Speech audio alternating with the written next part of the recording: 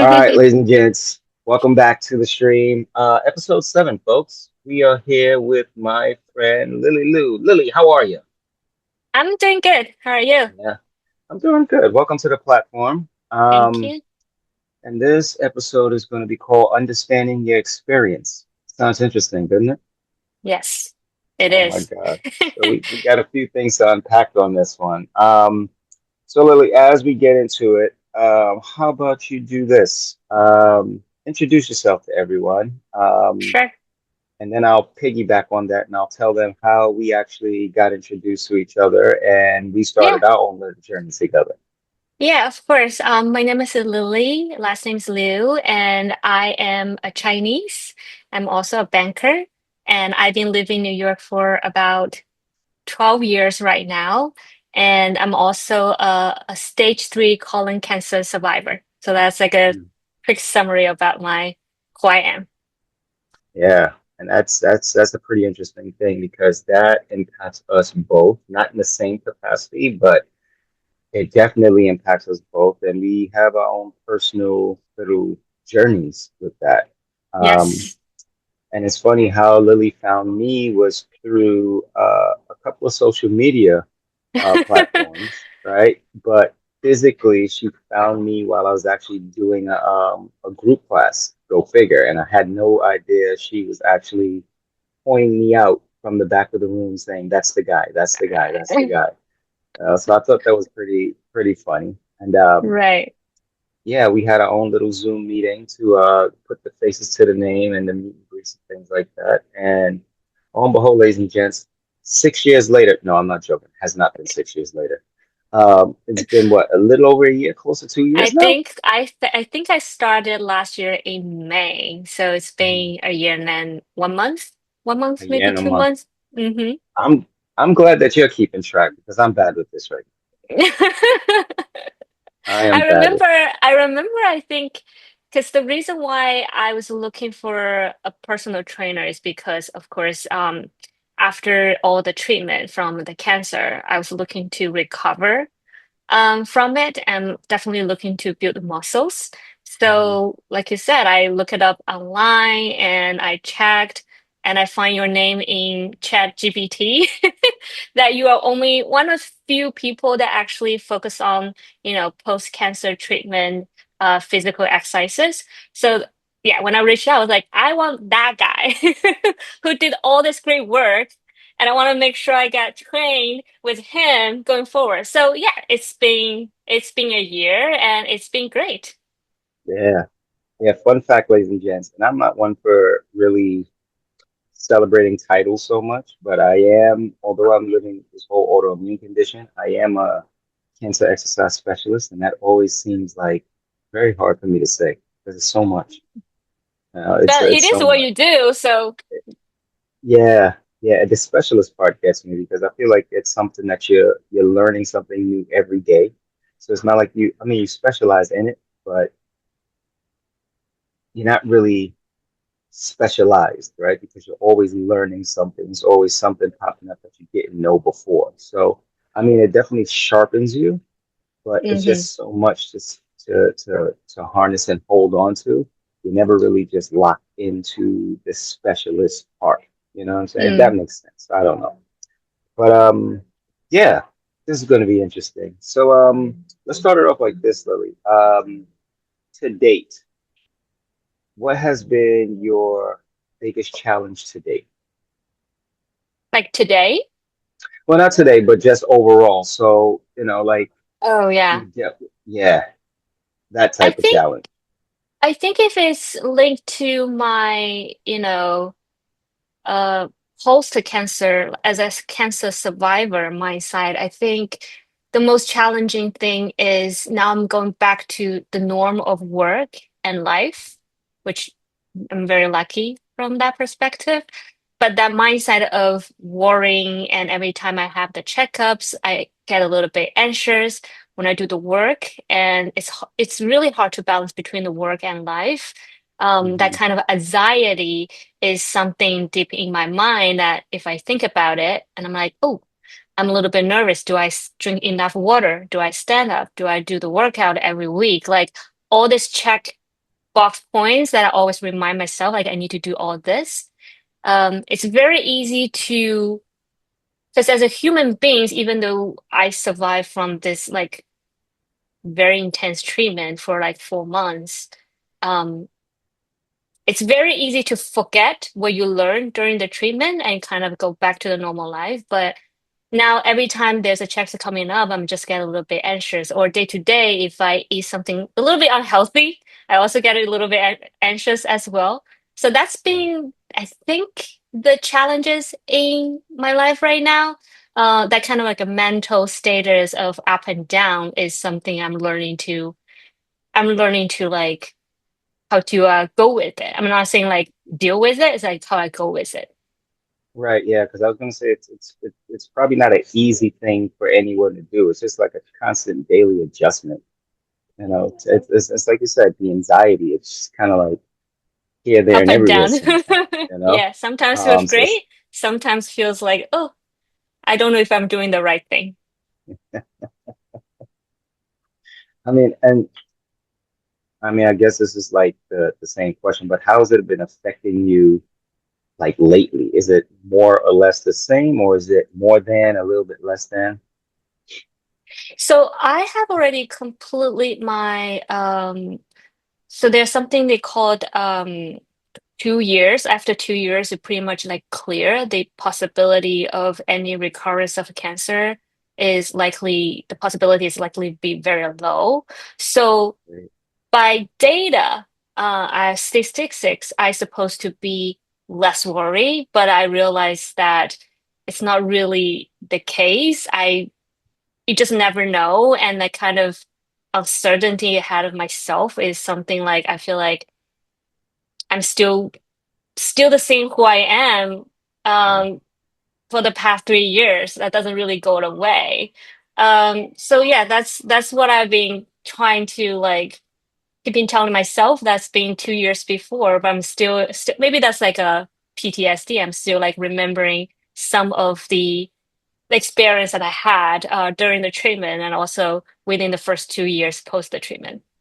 sure. It's a traumatic experience, you know, because Right. it comes from such a left field area, and it's just like bang. You know, it's not like, you know, take some antibiotics and it's gone the following day. It's Right. a Right. staple, and you have to go through such body changing experiences with this.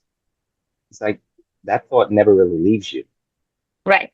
You Right. know, it never really leaves Uh, But I would say like my personality changed a little bit because I think you. before I was more like um a little bit introvert, more shy, doesn't really want to ask for help, trying to a little bit like pursuing perfection and a little bit less open to like be open to like talk to people, connect with people. But because of the cancer journey, I become a little bit more brave and connect with people more, talk more, and be a little bit like less self-centric, but more focusing on the outside because I just realized life is too short. And you really wanted to expand your experience with more different topics and things. And sometimes it's okay to be not perfect, you know? Sure. Absolutely. I like that. It's 100%. I love that. Let's talk more about I like the word brave. I really like the word brave. What do you notice more about yourself besides the things that you're saying? I want to say those are like the more superficial layers of noticing those changes within yourself and maybe in some other people. How can you dig a little deeper into that word brave and noticing these things about yourself? That's a great question. I think I don't have a I don't have a good answer for that, I feel like. But how do I think brave? I think brave is something you accept that you can feel down. You Hmm. accept that sometimes things may not go exactly what you want.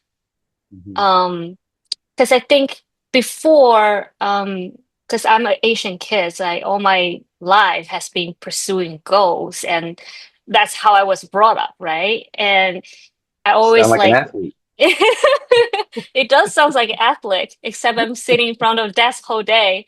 Um, they always have a goal in front of me. I'm very goal driven. I'm still a little bit goal driven person, but now I tend to be trying to educate myself to focus on experience versus Yeah. the final goal.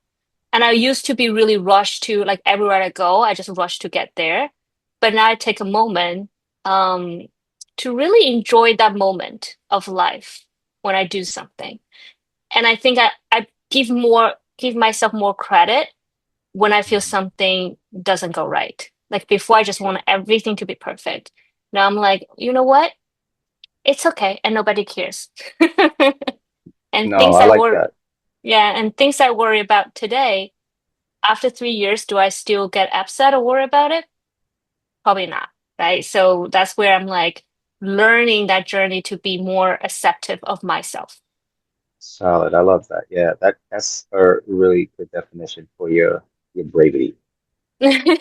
That Thank is you. awesome. That is I didn't awesome. know if I actually answered that question, but yeah. No, it's great because I mean, there's no real right and clear cut answer. You know, it's Right, what the person determines that is for them because it's such an individualized answer to the word, but the word is also so much more individualized to the person and what they think about what that brave standard means for them. So, you know, so they right, wear it like with a badge of honor for sure. But right. that was great though. That was absolutely great. And I appreciate that answer. Um, what do you think was the hardest thing going through treatment was for you? 'Cause, I mean, I know chemo is just like a hellified thing, A but lot, a yeah. lot. I think physically it was very tough because I actually live very close to one of the treatment center at MSK. They Mhm. have a one on the Upper East Side. I actually live very close to that. So physically, even though I think by walking maybe that's 10 minutes, but to get there, it took me probably 30, 40 minutes to get there by Yeah, walking because working it's around for that. really tough to walk over there. And also the smell. I think we talked about it before. The smell of the MSK Center. I mean, Uh, it smells normal for most people, but for me, it always trigger me internally. Uh, so that's something like in my body get reactive. If I smell it's a very specific smell. I don't still don't know what that is, but there's that's certain a smell hospital I'm funk. That's what it is. probably, and then that's always triggered me. So physically it was really tough. You know? And it was so much pain. I was basically scrolling on my phone to really try to get distracted. But your body feel every minute is like forever. It's Mm, literally forever. Mentally, I would say that was even tougher. Um, there were some, I'm not gonna get to the intel, there were some like up and down about the information, like something the doctor said that was not really accurate, and I was like panicked for a little bit. yeah, Um, I think I took a journal for myself during that treatment. I couldn't find it now, which is I'm really upset about that, but but I think when you you're not make looking you at it show up. but it makes me to think about life a lot. And it's a lot of question about why me. Because I don't know how many people know about colon cancer. Couple of things like before we usually think that something only happened to people over 50 years old. That's why you only gonna do colonoscopy above 50 years old, right? But now we've seen, and I've learned because of this, I've learned that there's a trend that in the US, younger people get diagnosed colon cancer more and more. And because, by the guidance, we don't usually at this age do colonoscopy. Most people, when they were diagnosed, it's already very late on the stage, right? So that's some question I always like, I'm at such a young age. why they happened to me, what did I do wrong? You can't stop questioning yourself. Mm, And you see other people having fun, enjoy life, and all you can do is just getting treatment, stay at home. You're not really wanting to go outside because you don't have the energy to do that. Um, so that's completely life change. I kind of feel like I understand people maybe in their 90s, 80s, how they feel about life versus mhm. when you are in your 30, 20, 30, and 40, right? So that's the mental challenge. And of course, that fear of death is the other thing that always out there that you just don't know what's going to happen to your life. And you have Right. so many things you want to do. You don't know if you're going to get a chance to do it again. Sure, absolutely. I mean, oh man, just from that one topic, I want to go back to three different things. Um, in which case, I don't think either one of them, again, is not going to be the very rightful answer that anyone can Mm, say. But let me start here first. So, and maybe I'm going back a little bit. So, when you found out you were diagnosed with this and you had to deal with this mentally, like when you first got that diagnosis, where were you mentally? How did you respond? What did you say? Um, Putting aside why me, and how come me? Like, where was your head? Was it in a whirlwind? Like, where were you in that state point? I don't know how would be the best way to describe it, but when I was diagnosed, I think I was actually going to my because I did the examination in China when I was China during Chinese New Year. So I was supposed to be having, you know, the family dinner with all the relatives I know. And that That's fun. morning is when I was diagnosed. So as I Wow. was heading to the dinner, your mind is completely like you can't really enjoy anything. Your mind is somewhere else Right. that you can't really focus on what's going on here. The other thing I would say is I I think I've been not sleeping for like 2, 3 days at all, Right. Right. but your mind just couldn't stop thinking. Um, and I was trying to find solution. I'm a very like result driven person, so part of me was like, I don't know what to do. Part of me is like, I need to figure out the best resource I can find to basically save my life. Right. So I think that was where my mind was. But it's hard to describe that kind of disassociate, detached to everything around you because Hmm. you can't really focus. Only thing you focus is about this word cancer, cancer, cancer. Yeah. Yeah. It's such an evil and prominent thing throughout the entire world, you know? Right. Um, what was like, did you notice anything different symptomatically? I did, but it was very minor. I would say 99% of people wouldn't even notice at Mm, all. It was very minor, and I'm always very conservative when it comes to my health. So yeah, if I feel something just a little bit discomfort, I'd be like, I need to see the doctor. That's who I am. So I actually mhm. went to the doctor in America. They didn't find anything. Wow.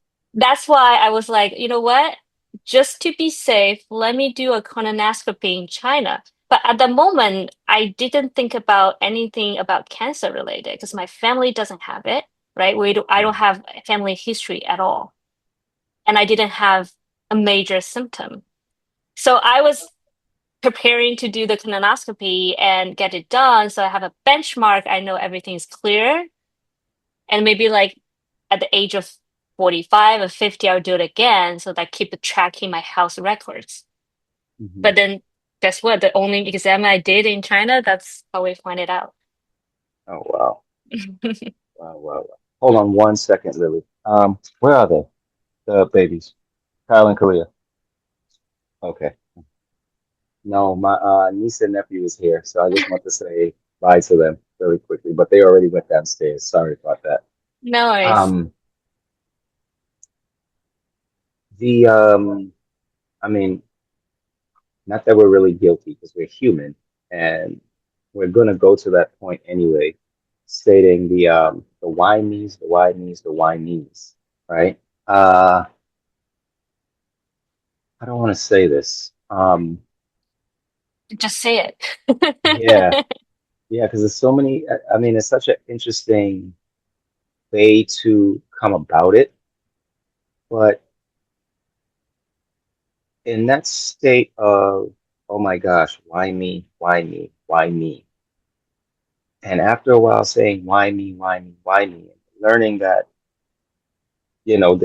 this internal guilt about yourself, it's not really you. You had nothing to do with it, right? It's just the world just rolled the dice and it landed on you. Right.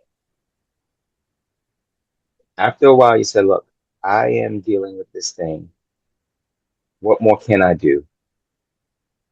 How did you move forward? Again, let's go back to the word brave, right? How did you step into that brave seat to say, okay, this is something I have to deal with. This is something I have to fight with, for lack of a better term. Like, how was that transition for you, knowing you have to face this thing? I think you just have to face it. Because there's no other option. Like, I don't want to face. Do I want to face it? No. But do I have an option to not facing it? Also no. Like, I kind of have to deal with it. And it's kind of like doing the exercise workout, it's like, do I want to do it? Probably not. But should I do it? Yes, because that's the Yeah, right thing to do. Um, and the process is not enjoyable at all, but at least I think one thing I was trying to tell myself is like, okay, now you're doing all this chemos. They're killing the cancer cells. So you're doing something that you can control. So at yeah, least I think that helped a little bit.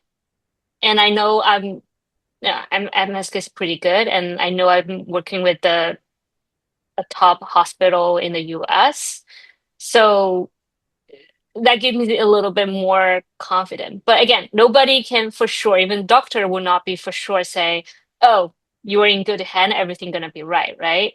They help you through the journey, but the journey is only you facing everything that you need to deal with the support from the doctor, the family. And I got really lucky. So my mom and dad were here to help me. That helped a lot.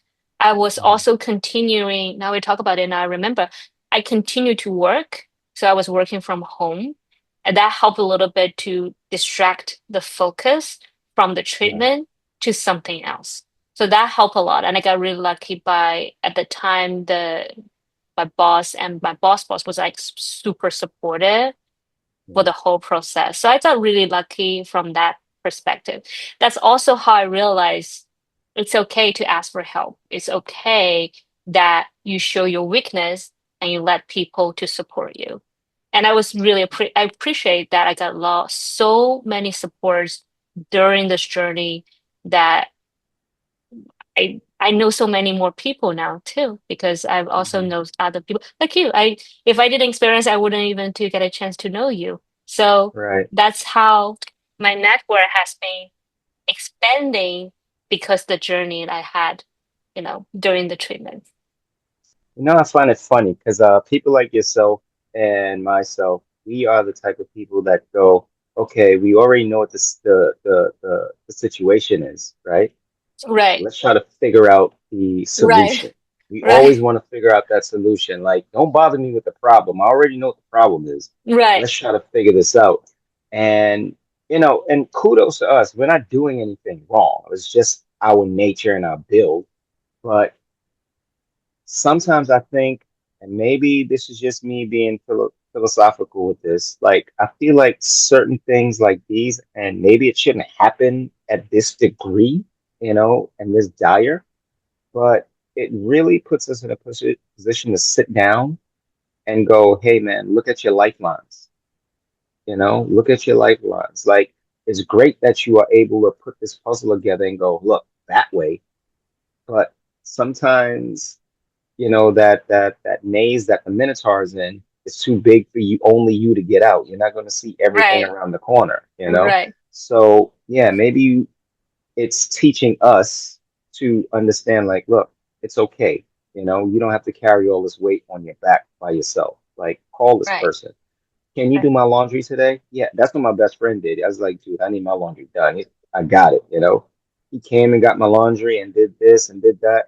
So, no, I think that's one of those things we learn, and in the end we appreciate to say, oh, I do have real friends, and I do have real this, and I know I have a family, but the family's here and support and things like that. So, Yeah. we know it, but we don't always see it directly at times, you Yeah, know? I agree. You just reminded me because sometimes when I do checkups and I need to go to sleep for, let's say, for the minor, like not like surgery but like an examination, and they always ask somebody to, like a friend, to be there to pick you up Mhm. when everything done. And it's not easy for my friend too. They have work, they have their own life, but every time I ask, I always have two, three friends who are willing to step in and help me, and I always appreciate that. Yeah. Because they have to, get out from their work early in order to like help me.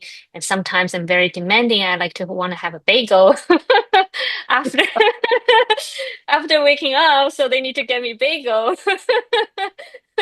And I want the hot What's one. in I this want bagel, fresh one. Lily? I don't want the cold one.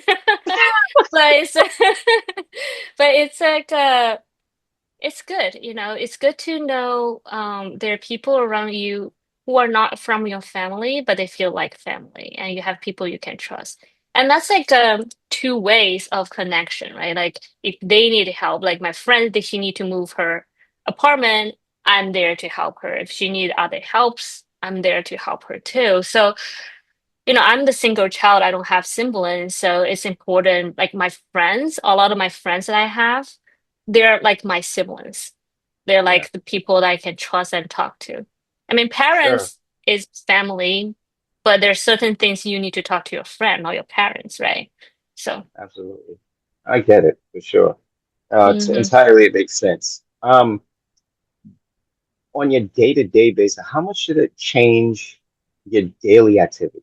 I mean, I know it's a lot, that can change, but just you at personally, right? Because everybody's got a different answer for how treatments would, affected them. But you personally, how much of your day-to-day changed? How much of your day-to-day stayed the same? And how much of your day-to-day was just kind of like, I could do that tomorrow. I just want to clarify the question. Like activities means like physical activities. Yeah, or anything, physical activities, even cooking, like those like things that you would usually do on a day to day. Right. Like how much did Well, that change? Because Well, I was hoping I do more cooking. Because if I take a guess, why me? Like if I have a reason why me, I think food delivery, like the food from outside is definitely the takeout food is definitely the top reason if I think about that. Mhm. Because I work in banking, it's very time consuming, and I'm not a big fan of cooking. That's just who I am, and I Mhm. like to order food and eat from there. That part I feel guilty. I don't feel I've been doing a really good job. I'm being a little bit more self-awareness. I eat more salad. I eat something more green, more cleaner. I try to Yeah. eat less, heavy salt or oil food. Try to eat less outside, but I feel guilty. I still feel a little bit guilty on that. But I think I'm being more aware of what I eat in terms of like fruits and making sure I eat a lot of vegetables. I just realized before the diagnose, I feel like I really haven't been focused on eating more vegetables and Mhm. fruits. Now I want to make sure every day I have a decent amount of vegetable and fruits. Also, I'm more self-aware that drink more water is also very Mhm. important. Um, and I try to stand more during work because sitting is not healthy. And and the other thing I do is, the workout with you every week. that's helping me to build muscle.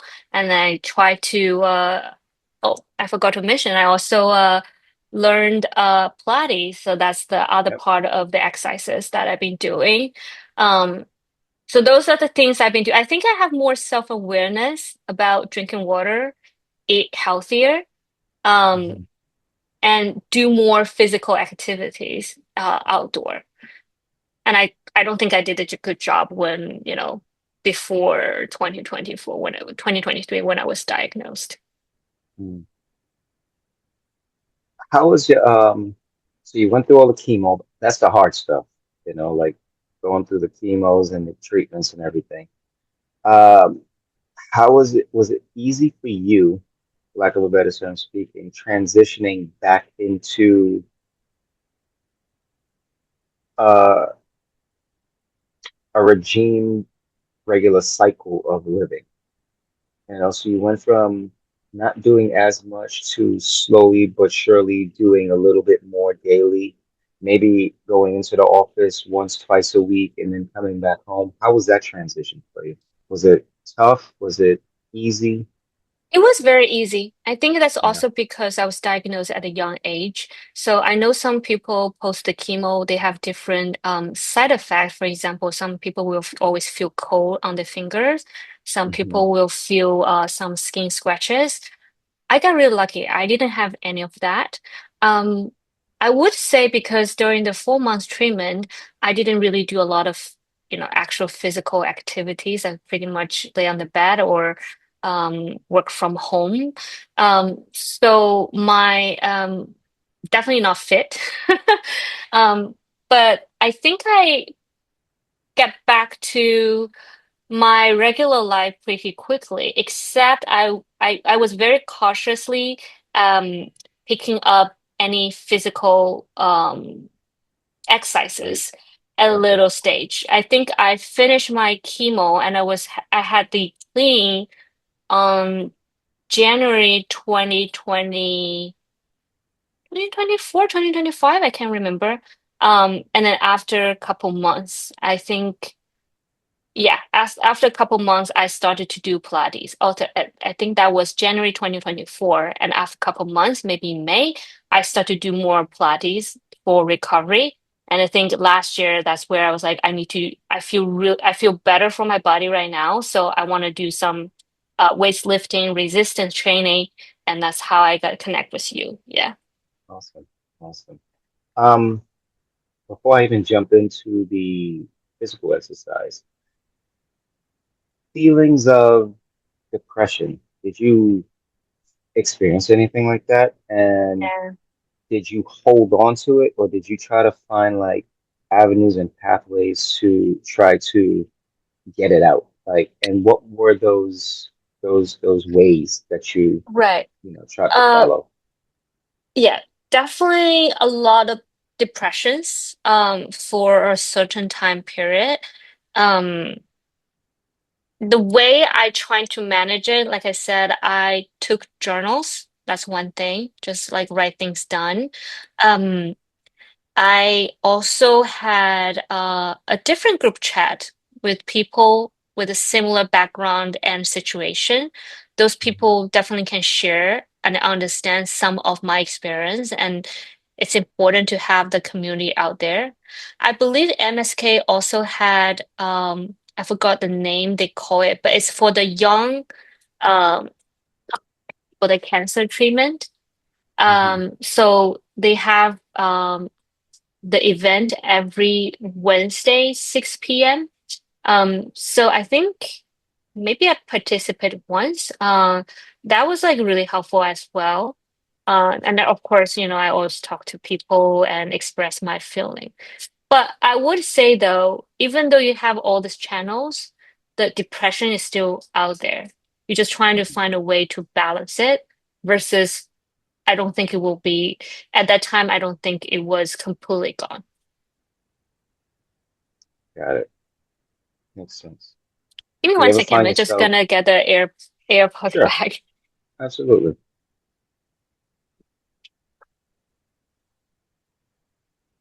Okay, sorry about that. No worries. Um, Do you ever find yourself going back in time to revisit those experiences, or the treatment era of your life? Yeah, do you think about those days often or no? Mm, no, I try to Great, forget. I try to forget. great. That was the test. I try to forget everything. Good. That was the. I'm glad she's moving on, folks. She's moving on. Oh my God. Okay, so on to happier days. The storm has passed. No more rain clouds. The sea has settled. We can go fishing now. Now it's time for Lily to build her body back. Mhm. Um, so before you found me, were you doing Pilates before or after? Before, All right, so let's start there. Let's start with the Pilates. What got you interested in the Pilates first and foremost? And how long have you yeah. been doing that? And how does it make you feel physically and mentally? I know it's a Um, fully loaded question. yeah. So the reason why I pick up Pilates, just like everybody else does, I heard it's good for body recovery. So that's the reason why I approach it. And I um I use the class pass to took some classes and I really like classical Pilates. That's how I got it Mhm. started. Um and also know I'm kind of person who's easily give up. So I signed up for the instructor training program. So I pay the money, so I have to stick with it. So I've been doing Pilates. I graduated from program earlier this year and I've been doing Pilates now till today. So it's been about 2 years. What I like about Pilates is one, I think I've been doing some yoga or some other stuff. I feel like it's too quiet for me sometimes, and I feel a little bit boring. So I think Mhm. Pilates keep me very active. And even though it doesn't look like it, but it's actually super intense. Particularly since I now I've been, doing it for 2 years, I can do a little bit more advanced exercises. It's actually really hard.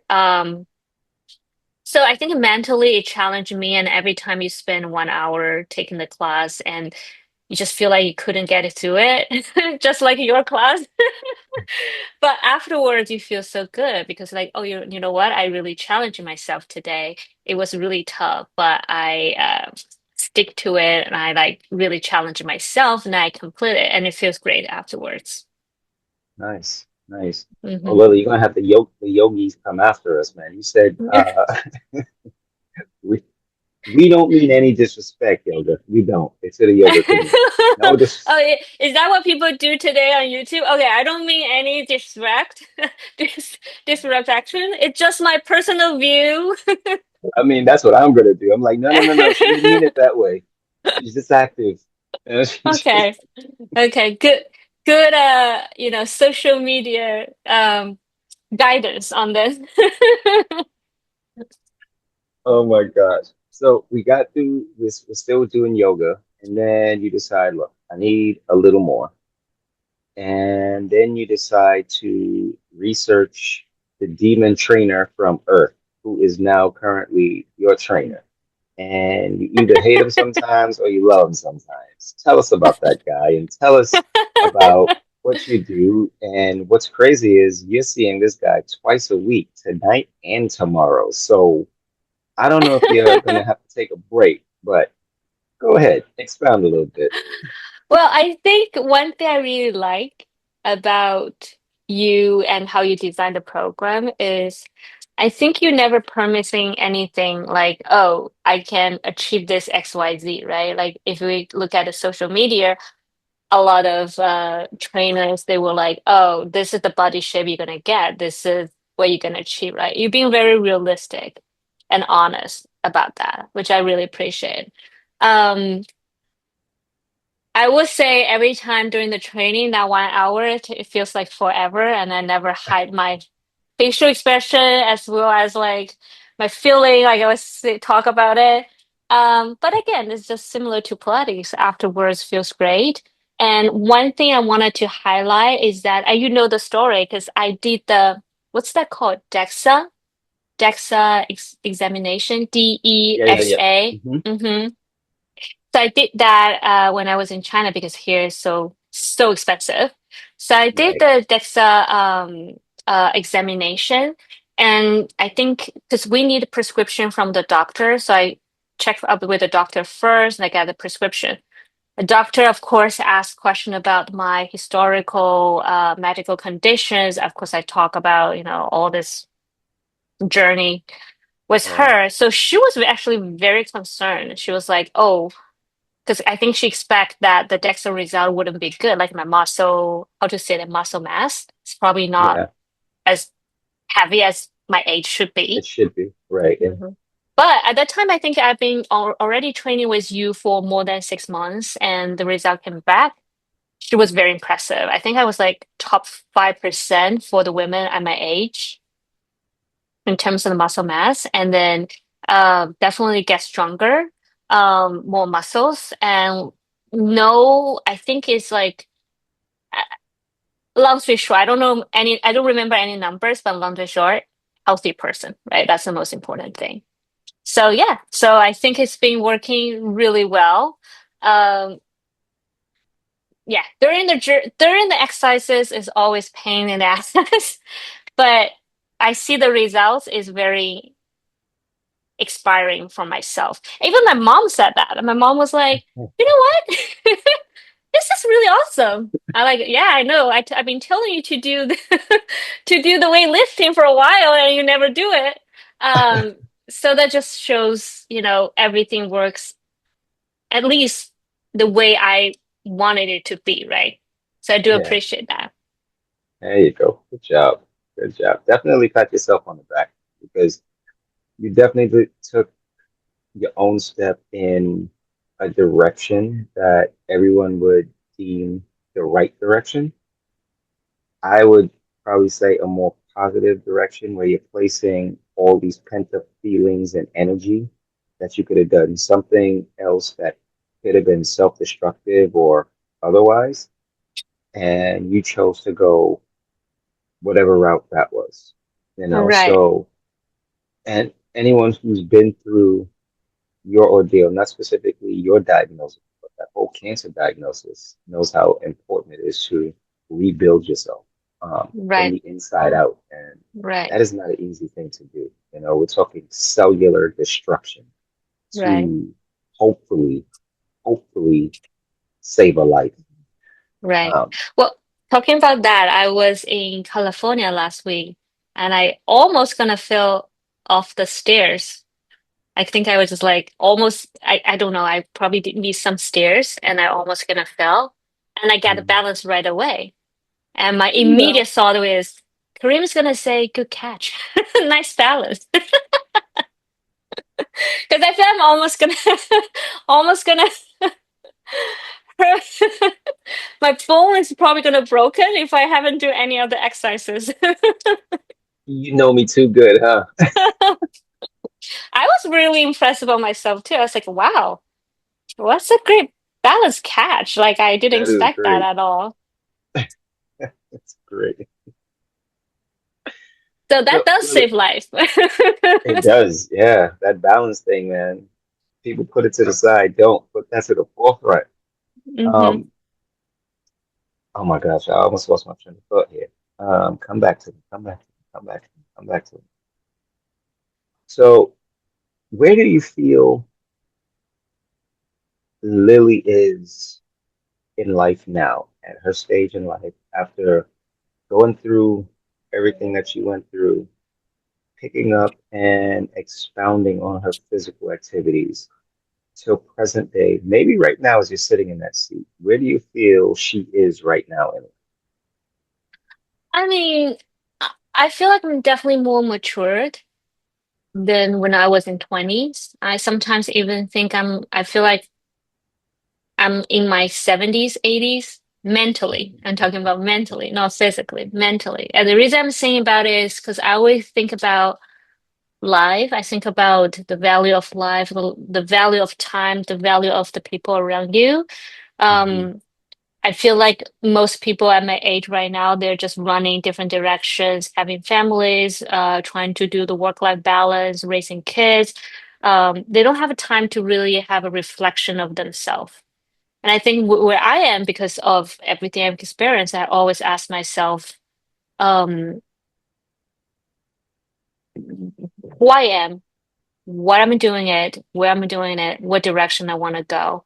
And sometimes I wouldn't say like I know all the answers, right? I'm still, get distracted for different things. But I definitely feel I'm mentally I feel like my mentally is stronger in some way. Or maybe like not stronger, but maybe like I know when I feel down, I know how to manage that kind of experience.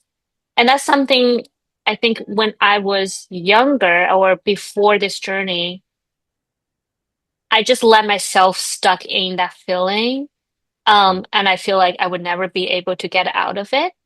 But now I feel like even though I'm still sometimes feel really down, but I would just keep the hope out there, like I will recover from it. Maybe not today, maybe not tomorrow, but 5 days later, I could be recovered it. And even 5 days later, I still couldn't. And that's okay. That's just your body. That's just your body. The other thing I would say is I'm more aware of my body. Like I would just talk to it's a weird thing to do, but I would talk to my body in the way like, how does my body feel today? Does it feel tired? Does it feel exhausted? Does it feel good? Um, I noticed like most people try to not to focus on that. It's just like the body to support whatever they need to do. But it's important to take a moment to talk to your body, just understand where are you today. And it's fine to you feel not feeling okay. I think one lesson I learned importantly is it's okay when you cannot do anything. Like we don't have to be that goal driven. It's okay if you feel done. It's okay if you feel like you don't want to do anything. Yeah. Don't let my boss hear it. But it's okay. Well, in closing, I mean, I think you said enough in the last statement to have anyone take that as a lifeline. But someone that you knew or know came up to you and said, "Hey, I just got diagnosed with the big C word," and they feel like everything under the dirt. I'm not the one to say or use the word advice, and I'm not going to use it now, so I won't put it on you to say what advice would you give this person.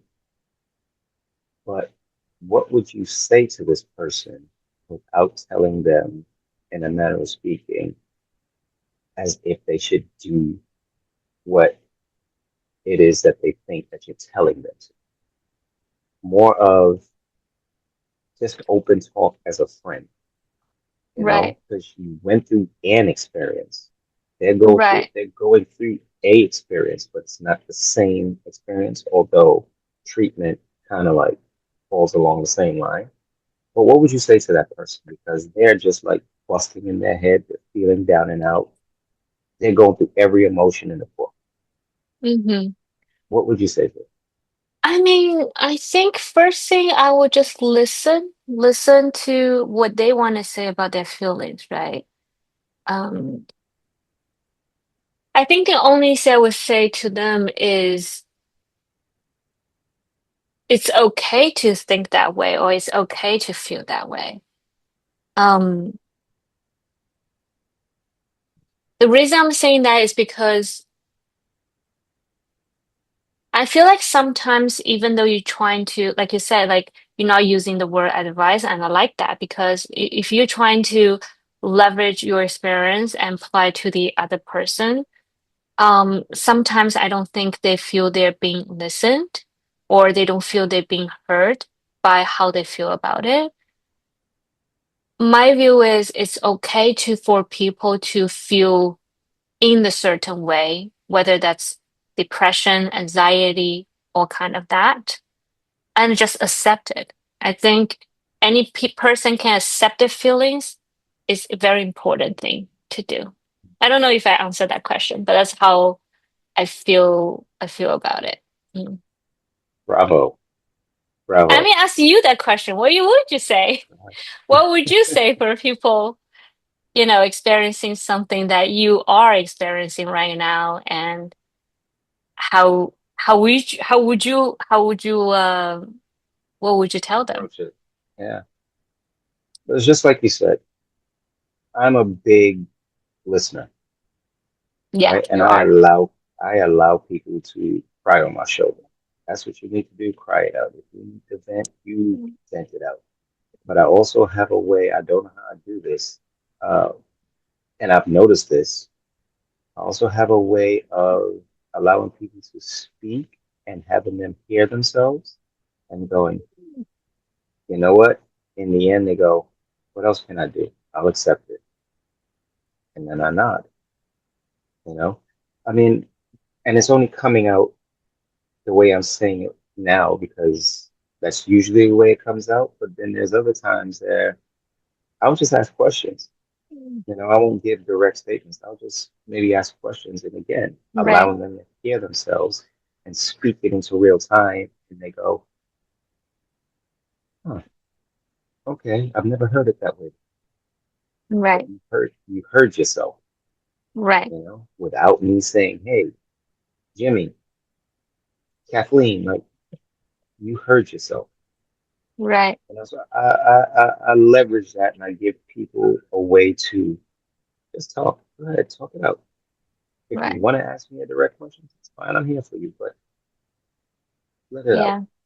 Because Let I it out. sometimes I feel like people wanted to give suggestions, advice to other people by leveraging their own experience, but it's like if somebody has depression, it's really hard to just get that people out from that depression by talking.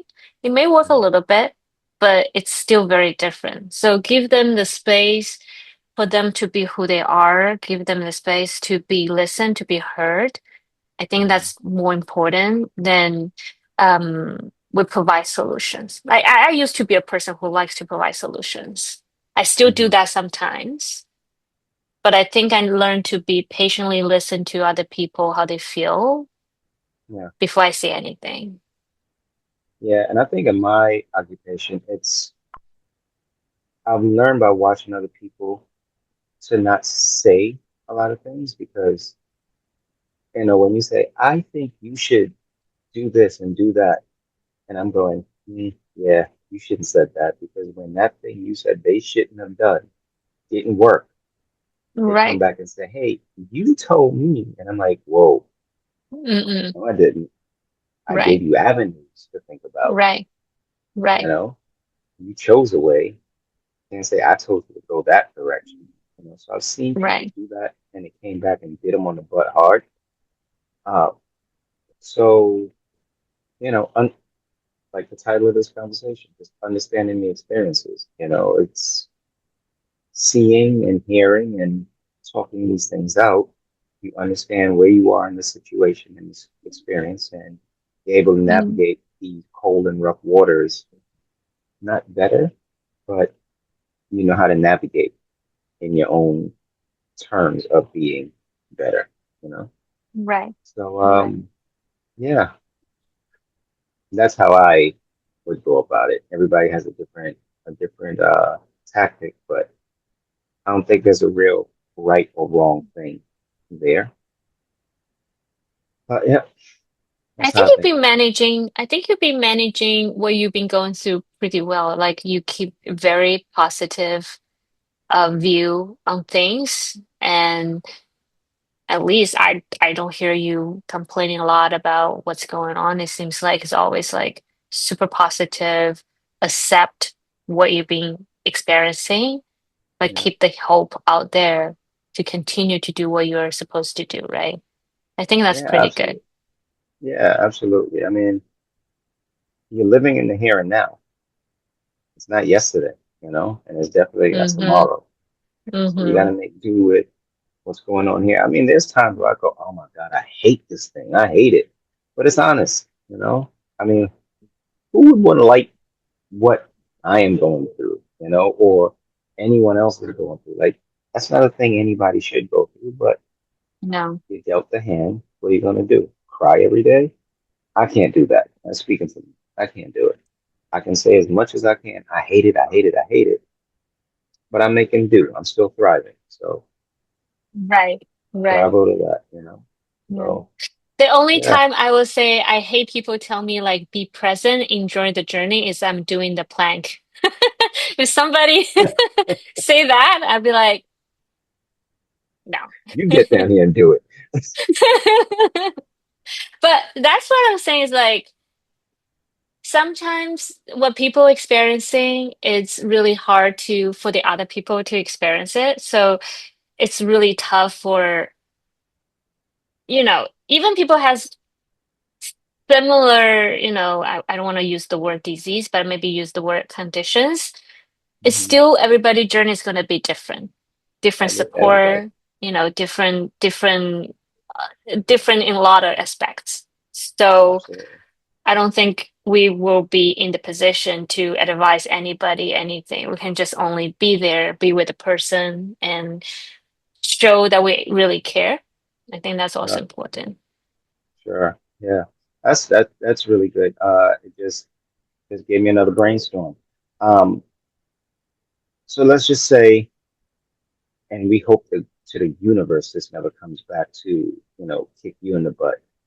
But let's just say, for saying sake, we get a bad report and you have to see these doctors again, or maybe not just you, to anyone. How would you, because people don't know what you're going through, right? How would you want friends and family to support you in a supportive way? Mm. Because I know that can be a tricky thing for families who they want to support you, but they can be very smothering at times as well, friends included. Right. I think I want them to support me when I ask them for help, you know. I think it's also important to keep some space with the person, just let the person to digest and accept the feeling. I mean, everyone is different. Some people like to be around with people and that makes them feel better when they hear something not good. Mhm. I tend to be the person who kind of isolated. Um, if I hear something like trying to adjust some or process some of the information by myself, but not completely just by myself. I also wanna, if I really feel I have the need to talk about it, then I would talk about it. And I hope they can be there and listen to me, even though it's not something they can fully understand or experience. Well said. Well said. Well, Lily, I think we did it. Yay! We did it. On time. No technical difficulties like we started the last time. We made No, this happen. that's good. That's good. You saw the video I show you, right? I That's what I did. saw from my side. I was like, that's so funny. I look like a mannequin. But this time, I don't know why, but this time seems to work perfectly. No Yeah, I mean, issue, no that.